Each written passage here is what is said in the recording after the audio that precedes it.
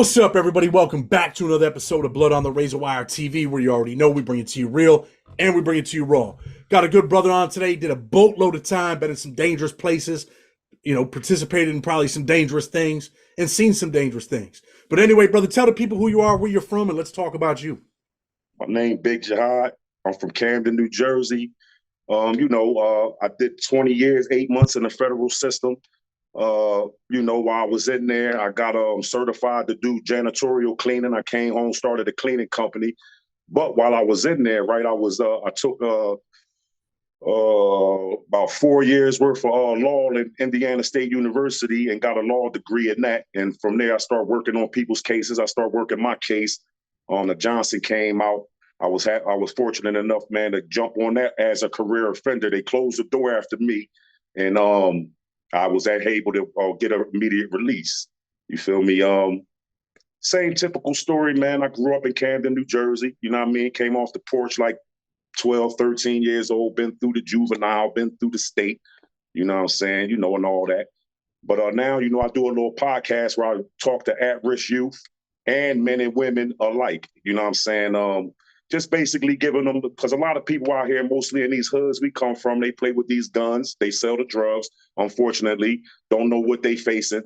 So I basically talk about the 922Gs, the 924Cs, the 841s, 846. You know the terminology, the people might not. Basically, this is all guns and drug charges, what you're going to face when you get there. So my thing is, if you know what you're facing, when you get involved in a predicament, maybe you stand 10 toes down on your stuff, what you should do as a man. You feel me? Jihad, I know you got that Concrete Chronicles podcast. We're going to, I'll put your links up. Anybody that wants to check you out, I'm telling people to go over there and check you out, check out that link. But let me ask you this. I know you talked about the guns. We're going to get into all that in a minute. How old were you when you caught your Fed case? I had just turned 25. They brought me in the day after my 25th birthday. 25 years old, and they sentenced you to 360 months, for those that don't know, math-wise, 30 years, right? Right.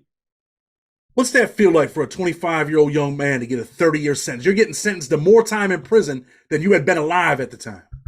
Right. So what happened was, unfortunately, when we go in, I'm from a state where they give it to you in numbers, 25 with a 12 and stuff like this here, 20 with a 10. So I didn't really know I didn't add it up in my mind what 360 months was. Right. So when I get back to the unit, was a dude in there that he was back with his 2255. For y'all that don't know, that's like a habeas corpus. He was coming back fighting his case.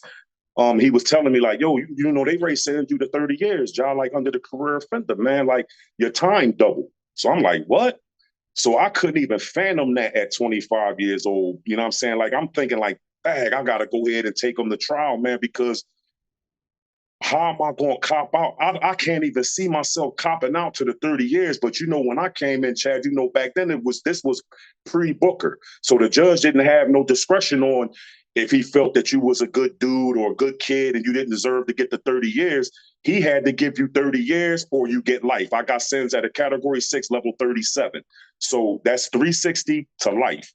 If you lose trial, you're going to get life. Life in the feds mean you never coming home until you can come from under it. You know what I'm saying? So my mom talked me into it, baby. At least you could come home an older man and I'll still hopefully be alive. Just take the 30. I let my mom talk me into that, right? Because I took a seat plea, knowing and unknowing. So I ain't telling on nobody about nothing. You know what I'm saying? So I copped to the 30, man. I couldn't even fathom. I couldn't even see this far. Like to be sitting here and you a notable man. I heard about you myself in the prisons. I know what you do. I know what you've been through yourself.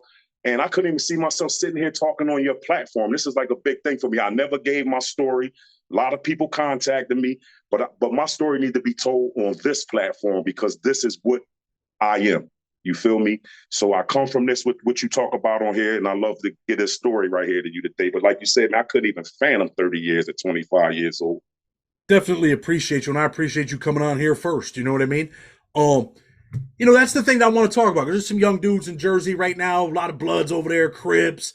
They don't realize that, they might have had a petty felony that they caught when they were 16, got probation. Then they caught a little 8-ball felony. They got a year in the county. And now they get caught with a pistol and they're talking about 360 to life, right? Yeah. See, unfortunately, what we don't know, this is what you don't know. You out here playing. That's why I don't glorify the game. I've been one. My story is known. I'm a whole legend home. Like, I don't glorify this game, and I don't want nobody to feel like that I do. The thing is, you out in these streets. Unfortunately, when we out in these streets, we catching drug charge after drug charge. You know what I'm saying? And we catching the smack on the wrist, a 3 flat, which is like in my state, 9 months. You might catch an 18-month bid. Then, you know what I'm saying? Then you might, you playing in the street. So you might catch an assault. You might shoot somebody. You might smack somebody with that pistol. Now you got 2 drug charges or a drug charge and a crime of violence, which lands you, makes you a career offender with your predicated offense in the feds. That makes you a career offender now. And they might have been petty charges. You feel me? 18 months, but you did more than a year and a day on that charge. You land over in the feds for whatever reason, because we know that the feds took diversity of citizenship over a lot of these states because of this gun violence. So they picking up all gun charges. So you wind up in there on the gun charge and end up as a career offender because maybe you got caught with a little bit of drugs and caught a 924C with your drug charge. You feel me? But man, like these, unfortunately, man, you got the homies, they out here banging, man, they repping these sets, you know what I'm saying? And I don't knock them for what they do, you know what I'm saying? But they need to know what they facing out here, man, because it's real.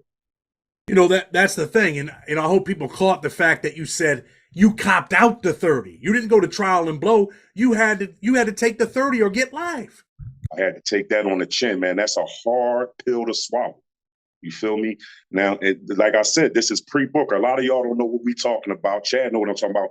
Booker was a case that came out that gave the judges back their discretion. When I came in, judges didn't have no discretion. It was all what the prosecutor said where you fell on a sentencing guideline range. You fall at 360 to life and you gamble with these people and lose a trial, you're getting life, and there's nothing you can do about it. Or you got the cop out to the 360. The judge can't say, "Oh, I feel he a good kid. I want to give him a down with departure under or whatever it is." They give you 4B, whatever it is. When they say you a good kid, they give you a down with departure, saying that the crime don't fit your criteria, this, that, and the third. The judge couldn't do that with me. You know what I'm saying? They doing it today. So if I would have blew trial, me personally back then, because Booker wasn't out yet, it was a life sentence. I was 25 years old. It was the day after my 25th birthday. Well, I went to trial. I was going to court way after my 25th birthday. You sit in the county for a while. But I was just had turned 25. My mom said, "Baby, you young. You'll come home an older, mature man. Maybe that street stuff will be out you. Take that time so I can see you again." You feel me? This is what y'all don't understand out there. Like, they give you life in the feds. I got a homie that I'm bidding with right now. Shout out to my man Vicky Lee County right now, man. 2 life sentences. Been in, me and him grew up together, went through juvenile together, went through the state biz together. We did some of our fair time together, but I'm home and he's not home. I can't say he ain't coming home because he's still fighting for his liberation, and anything can happen, especially now they're giving up a lot of good stuff in there. And I know you're pretty well known in the system. You get busy, you go hard. You're Muslim. You're about that. About what you believe in, right? Um, you know, um, I don't like to glorify this violence and stuff like this, right? But everybody who watching or been in the prisons, like even on my podcast, dudes jump on Big Jihad, wasn't we down Coleman one together? Yo, you solid. They come on my podcast. One thing about me, I ain't got no stains on my name. I've been hit. That's a part of casualties of war. I got hit up. I ain't gonna say I was the baddest dude in there, but I caught 27 extra years in there, Chad. Back then they was running the time concurrent. They're not doing that no more. You get caught with a knife, you stab a dude, that stuff's consecutive. So I caught 27 years running concurrent with my 30. I put a little work in, and no big eyes or little U's out here, dudes doing time or whatever. And I'm not gonna make myself seem like, but every pound that I hit, I've always been the big homie, right? And they always, everywhere I go, "John, we want you to be head of security." But SIS, you already know, Chad. SIS going anytime something happens, snatch you up, put you in a hole, and I ain't got time for that. I'm telling you, look, I'm with y'all, but I ain't gonna be head of nothing. You know what I'm saying? If anything pop, we gonna roll. You already know we blowing this hot dog stand. But everybody know that the Muslims, man, for the most part, we don't gamble. We don't deal with homosexuality. We don't be indulging in the alcohol and the drugs. So if you do get in now, I ain't saying all Muslims do, because there's got some renegade Muslims out there that get down. We got some homies out of the district, and they just do what they want to do. You know what I'm saying? But for the most part, man, I just tried to every pound I'm on, I try to bring the peace. Like, I learned something big out Cali. Like, I didn't know nothing about politics, man. I come in here out of the state prison, off the streets. I don't know nothing about politics. I get out Cali and I learned all about the politics, right? And you know, over there, race got to deal with race. Race can't buy stuff from different stores. You got to deal with your own race. Everybody. Now, unfortunately, that's just the way it is. But it's crazy, man, because of my reputation and my aura, man. Like I got a homie, Chris, a hammer skinhead, right? He told me, man, if my people knew that you was one of my best friends in here, they would actually kill me. You know what I'm saying? And it's crazy because this race thing, man, that's going on in jail, and I've been caught up in 2 race riots, but these was with Pisces, you know what I'm saying? But I've never been in nothing with the white race because I'm gonna tell you a story about that why I never have been. It's a boy that came out of the hole. He had did 4 years in the hole. His name is Tommy Holzbar. Shout out to him. He's one of the top ranking members of the Aryans. So he comes out the hole into my cell in Terror Hut. He said, "Listen, man, I hope that you don't mind me coming in your cell." So all the homies like, "Yo, I was out line pop with him. He put that work in. He gonna kill you." And I said, "Man, ain't nobody gonna kill me, dog, in my cell." So we kicking, and he tells me, he said, "Jihad," he called me Jamil, Big Jamil. You believe in protecting your own, right? I said, "Oh, absolutely." He said, "Man, well, you know, when we started this thing, this is what it was about, man, us protecting ourselves because, you know, you had the DC blacks in here and they was taking advantage of everybody, you know what I'm saying? And shout out to the DC homies because, you know, one of the biggest homies out of DC is a co-defendant on a case that I caught in the prison. So, you know, all the brothers and all the homies already know who he That's is. not Bush Boogie, is it? Nah, the brother just came home, Tony. Is your Yeah, I know. I know. yeah. I think he might have linked up with Unique Mecca Audio when he got out. But I'm Yeah, listening. yeah, I think he did. I think he did, you know what I'm saying? So anyway, to get back to it, he was like, "Man, so we just was protecting our own. It was the younger dudes who turned it into a racial thing, you know what I'm saying? And the homies over Cali." So I was like, "Yeah, I could dig it, you know what I'm saying?" But he took me on the yard, man, and this is something that stuck with me through my whole bid. He said, "Let me tell you," he called him like cracker. He said, "Let me tell you, cracker, something. If any of y'all get in anything with big, and I ain't no racist by far. I deal with everybody, and I'm a real dude, and I mess with everybody. I'm just giving the terminology that he said that day to them. He said, if anybody get in anything with Big Jamil, y'all better make sure y'all come holler at me. When he hit the yard, he became shot caller of the Aryans. Y'all make sure y'all holler at me first. And I bet not hear nobody violated Big Jamil in here. And that stuff rolled with me all the way through every joint I've been through.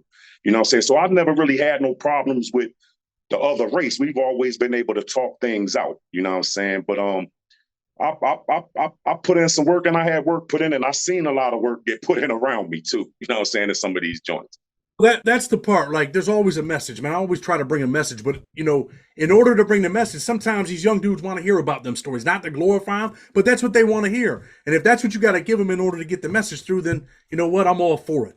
And I want to, you know, and with me saying that, you caught another 27 years, you know, but they ran it concurrent or whatever. But where was that at? What prison was that at?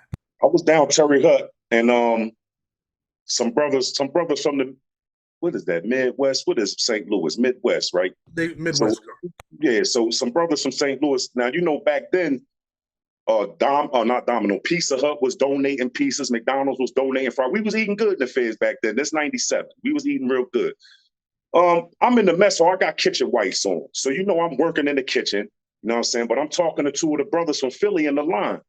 So, you know, we in the penitentiary. I'm always on point. I got eyes behind my head. So I'm looking out my parental. I hear the dude say, "What's up with this nigga cutting the line?"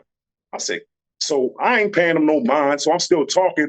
And the other boy says something slick. And I turned around and was like, "Man, take it down." When I turned back around, boy hit me in I caught it. He tried to hit me in my neck. I caught it and hit me in my shoulder and chipped my collarbone right here. And, my man was like, "Yo, you like went like a pit bull." I jumped on him, bit his nose off, bit his ear off. You know what I'm saying? And they came and got us, you know what I'm saying, locked us up. But back then they was doing something called the buddy system. You go in the hole, y'all kick it. They put you back on the compound. Terror Hut was sweet, you know what I'm saying? Even though they was calling it the death house because it only had 2 phones, and you know back then 15 minutes you jump right back on like it was crazy, you know what I'm saying? It wasn't all that wait an hour and all this, that, and the third. But we did the little buddy system and got out, but through the course of that, they had took me in and gave me 9 years for that one right there. because I put an assault, you know what I'm saying, and they ran that concurrent. You actually took this dude's nose and ear off? Yeah, I bet his this is like one of the stories of mine that's like really known in the feds. Like I bit the tip of his nose off, I bit his ear off, and you know, we was moving, we moved out a little bit, you know what I'm saying? But he got me, you know what I'm saying? That was the first time I got stabbed. And I'm gonna tell you right now, and I've been shot too. I take that over getting stabbed any day. You know what I'm saying? I mean, was it a white dude? Nah, this was two black dudes out of St. Louis. Okay, because I know you said that he used the N word. I thought it was a white dude, but anyway. No, no, no, no, no, no, no. I had no problems with no white dudes ever in my bed. I told you, from Tommy Holzbarg, shout out to him if he ever made it out the penitentiary. He like kind of like stamped me with them. So after you bite this dude's nose and ear off, they send you back out to the compound with this cat. Now, this is how I caught my time, Chad. So we do the buddy system. When I come out, I got an old head named Omar out of Philly. He had did 30 years in the state, got a pardon, and came in on the Zulu Nation case with a double life sentence, right? So he's down there. And he got a real crazy voice. He said, listen, that was a pretty nice thing he did, but now you got to kill him. So I'm like, kill him, Omar? I'm like 2 years into my bid. I said, kill him? Look, yeah. You're not talking about Omar Spearman, are you? No, not Omar Spearman. Not for Clarence Nelson. I'm not Clarence Nelson. His name is Clarence Jackson. And he might have recently got out. I don't know if he made it out, but I know Caduce made it out as co-defendant. Shout out to Caduce because they had a life sentence too. They was out of North Philly. He old guy. Sorry for interrupting you, but go ahead. So you end up catching another case or whatever? Well, it's the same guy, because what happens is back then in Terry Hut, I was responsible too for them putting the metal detectors in the mess hall. We used to wear our own clothes. You used to have to wear khakis, but you could wear sneakers and your own shirt, or no sweatshirt, not your own, sweatshirt all day, because it's Terry Hut's inside the building. So anyway, they take me up with the knives. I'll go down to the mess hall, and this is my first work with the joint. So I run in the mess hall, Chad, and jumps on top of the damn table, right? So their table where they eat it. So he looked like, oh. So, when he jump up, I jump on him, and I hit him. I rolled him over. I'm working him. You know what I'm saying? A lot of people don't know, man. It take a lot to really do that to a person, man. Then you hear that skin pop, it sound like a 22. Pop, pop, pop, pop, pop. So we working, and down Terre Haute.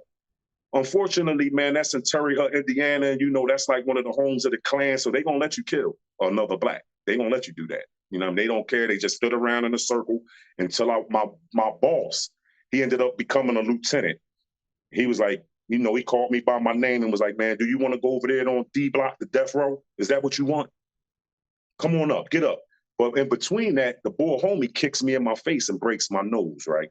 I jump up, I chase him around the table, and I'm working him. You know what I'm saying? He like, you killing me. Like, people say some of the strangest stuff when they be in that situation, right? But I don't by no means want to even glorify that, right? But this is just, I'm telling y'all, man, this federal prison ain't all cocaine and champagne. I think some people get a misconception of federal time.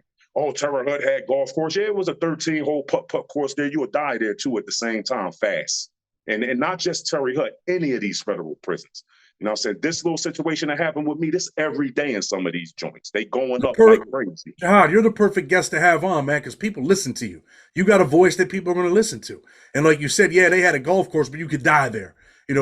Back then they might have gave you steak on New Year's, but you could die over a piece of steak. That's the other part that, they don't never get that part. Yeah, not only that, you could die over anything unhonorable. Any men are on man time. You know what that is. Man time. If you're not on that, if you disrespectful, you ain't respected. Like I said, when I got in Terre Haute, it was 2 phones, one on the top tier, one on the bottom tier, and it was every 15 minutes you can just call back. If you're not respecting that list, because men gonna govern men, and we had a little list. If you're not respecting that, you think you somebody, you jump out there and you grab that jack and you dial, somebody might kill you behind that, man. You don't know how a man wake up and want to talk to his family. You know what I'm saying? That could be something you got. That was one of the first things that stuck with me, man. Adam Oliveri told me, men respect men. And you know what? I always carried that with me, and I think it may have kept me alive at times. You know what I mean? Absolutely. So now you catch more time because you stabbed the dude again, right? Yeah, so they took me in and gave me that's actually how I caught 9 years right there. That's how they took me in and gave me that. You know what I'm saying? So from that right there, I get shipped off to Lompoc. You know what I'm saying? So I'm out Lompoc when one of the biggest race riots jump off down there. And we in the mix, you know what I'm saying? And you know, when you over there, it's East Coast, West Coast, and no matter your color, you're riding with your coats. You feel me? So this situation jumps off, man, about gambling, man. Something we don't even a lot of us ain't even had nothing to do with, but it's our coast. And it's a down south dude. So it's like we gotta roll for a down because we gotta go. You know how we gotta go. So it's like we gotta go for a down south dude, right? And all of us we take off. It's a big old thing. In the midst of that, man, you know, I ends up hitting a dude in the head with a pipe, man. And Pisces or with the who was this with? this actually was with the Crips, dog. This actually was with the East Coast Crips. You feel me? And that's who it actually started with. You know what I'm saying? And then you know all of them got together. You know what I'm saying? So it was bad, man. And I ends up hitting this boy in his head, man. And they come by my cell in the shoe and put that black sheet over my window, Chad, man. So I'm didn't know that strip. So I don't know what's going on. My celly like, yo, I know I ain't work like that. You must have caught one. So I said, caught one what? So he like, man, that boy must have died. You hit in the head. Thank God, man. Thank God that boy ain't died. They thought he was gonna die. He came out of it, and they ended up giving me another 12 years for that right there. You know what I'm saying? You're chalking up the time, but you know at the time it don't really. Back then, if you didn't kill no one, then whatever they did to you it was going to be concurrent. If you killed Yeah, someone, that was a different story. yeah, yeah. So That really, would man, you know, people used to say back then, yo, it's free rack, right? But I think that any time, man, that we're in prison and we're fighting each other, you know, and I've been through it, I've done it. I've been involved in something in Big Sandy where, thank God, the dude didn't die.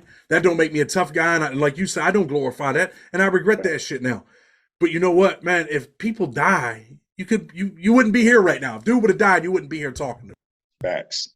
That's facts. So you end up now at this point, what do you got so far extra right now? I'm at like 21 years because I caught six more in Mercury. So I was like at 21 years and I only had in like 3.5 years at the time. You know what I'm saying? On my 30. So, you know, I got, you know, and I'm 25 years old. So I'm like, no, at this time, I'm probably about 27 going on 28. So I really don't care. I'm young. And now I done adapted this penitentiary attitude. You know what I'm saying? Like I ain't going for nothing. I got 30. Somebody get in my way, I'm a crusher. That is like the wrong attitude to really have in the prison, man. Dangerous It dudes took to be around, right, Jihad? huh? The most dangerous dudes to be around. Young dudes that like 30 years, that's life. My life's over. Gonna, I'm about that business. gonna crash right out. You know what I'm saying? And the like you said, the most dangerous dudes to be around, man. And I still ended up being around them, but I tried to become like a mentor to them. So it took me about 12, 13 years to really figure it out. You know what I'm saying? Like I had to get older in there, watch my babies get older, turn from kids to grown women. And I said, man, if I don't straighten up, I ain't gonna make it out of here. You feel me? Like and I've watched dudes trick their time off, man. You know, and I know you have seen it too. And I've heard of other stories from DC homies because you know from my incident, what happened with the homie that I got them things with and worked with, they brought me in like family. So the DC homies love me. A lot of people think I'm from DC. Well, all my cellies all been from DC. So I've been around a lot of them dudes and like Polo. Shout out to Polo, man. He was in up there in Lawton, man, with like 3 years, man, and his sneakers got stolen. He killed the boy and got life. You know what I'm saying? It's just that easy. When you pushing that knife, you don't know what you're gonna hit inside that body.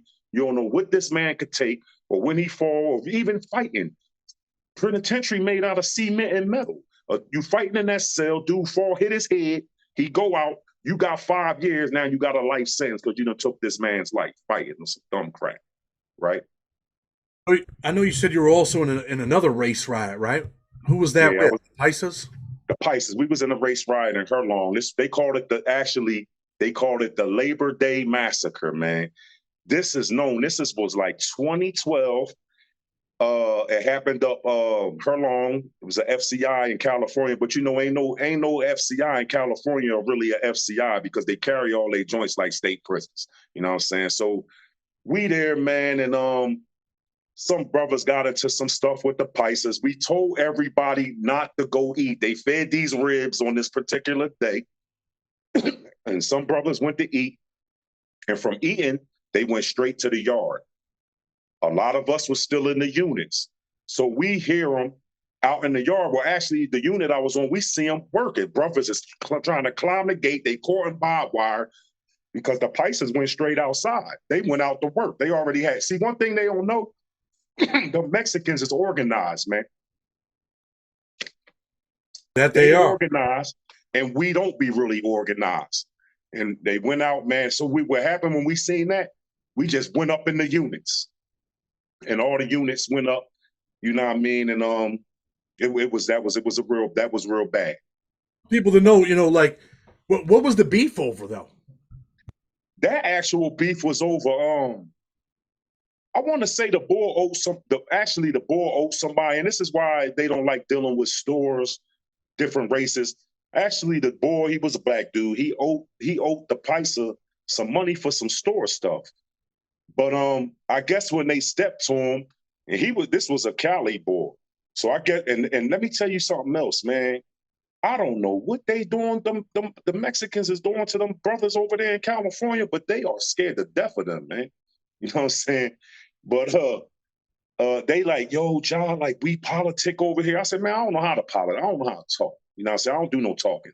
You know what I'm saying? So I'm telling the homies like, yo, this is our opportunity to get back on our coast. You know what I'm saying? If we gonna get caught up in this thing, which if it's gonna be a Mexican on black, we going. So this is our chance that it's be better than being here wherever we go. At least we can get back on our side. But that stuff was over some petty stuff like $20 worth of commissary, Chad. And you said they called the Labor Day Massacre? Oh yeah, that's what the police. Because look, my case manager ended up having to come to McCurry as a counselor now. And he was like telling the cops, because in McCurry, I was like one of the second buses on the pan. We opened it up. You know what I'm saying? So like the police respected me. I had order. I was running the kitchen. I brought everybody out into the I was hiring everybody in the kitchen, you know what I mean, and put a good staff in there so that you know what I mean, so that we could have things run right. So when the jail get up and running, we got control of what's going on.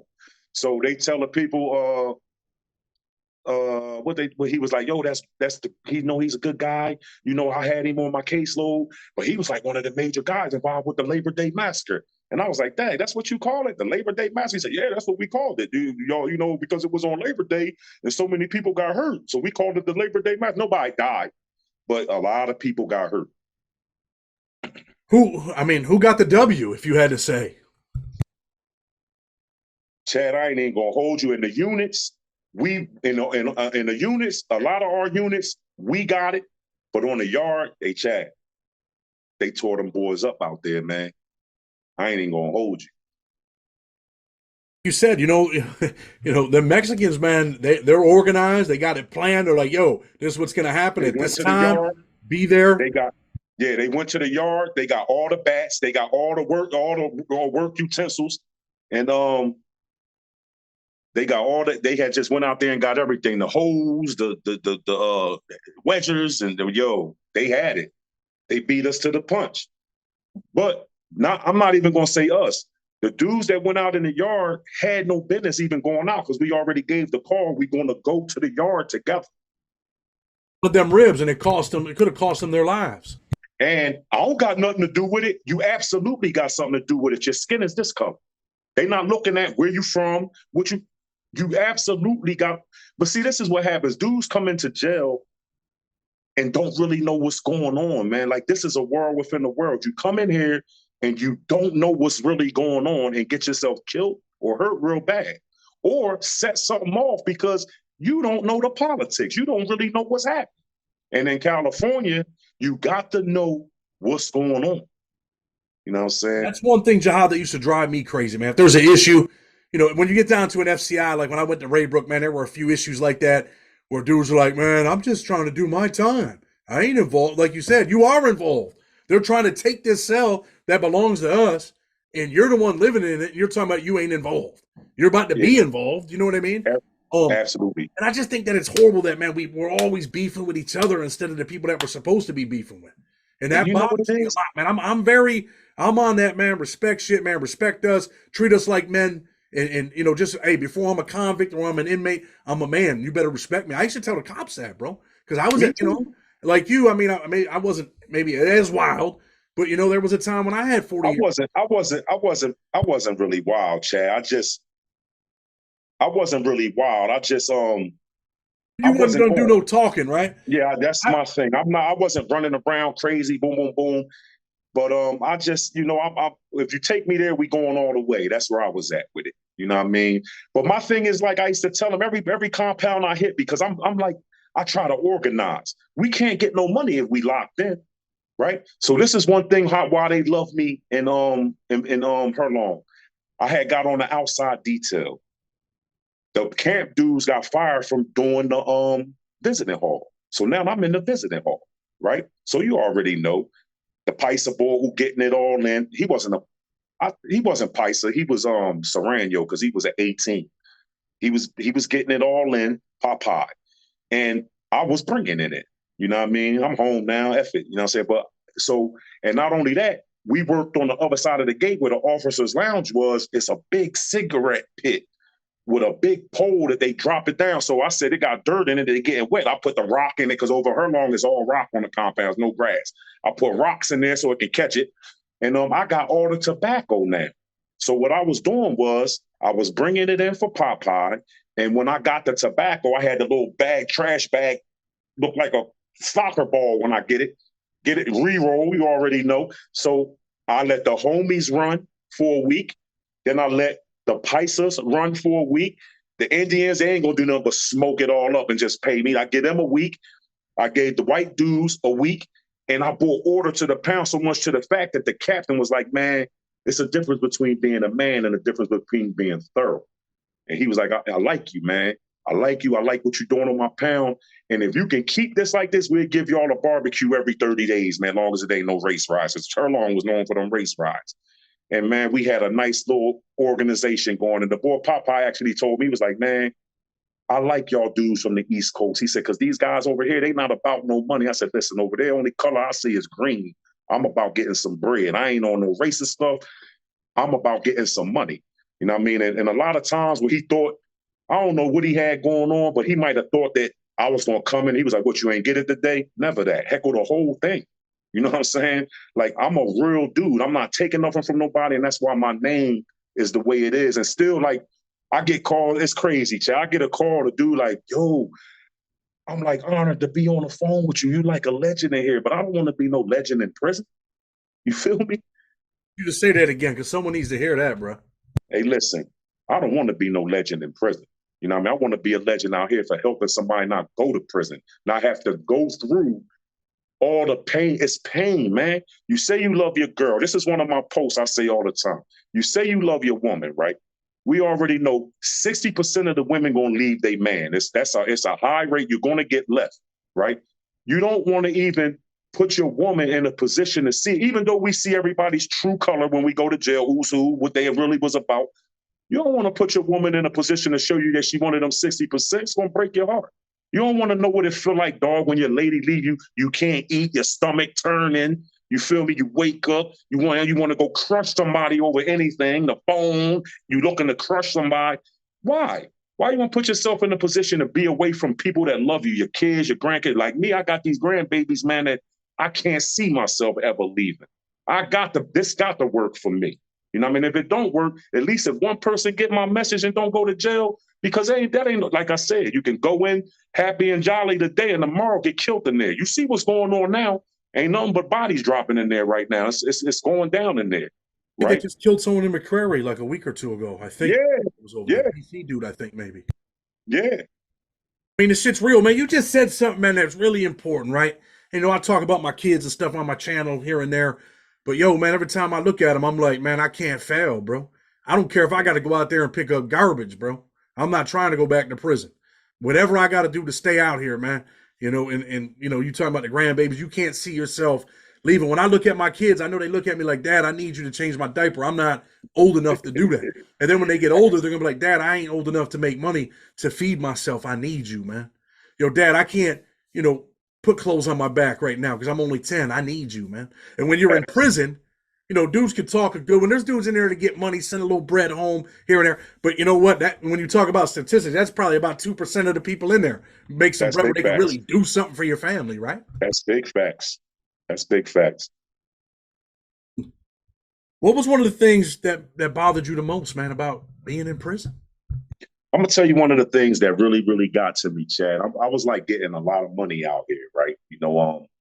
They took $760,000 out my house, right? You know what I'm saying? I was a young guy. I was involved with a serious program out here, right? Um, I'm a provider. Like I wasn't a deadbeat dad. I took care. My grandma need a roof on her crib. I put a roof on her crib.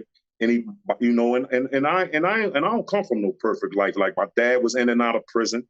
You know what I'm saying? My mom was a single mom. She had some problems, and when she fell into her little addiction, I start disrespecting her like we do. You know what I'm saying? Like she was anything. Then she got herself clean, man. My mom did that whole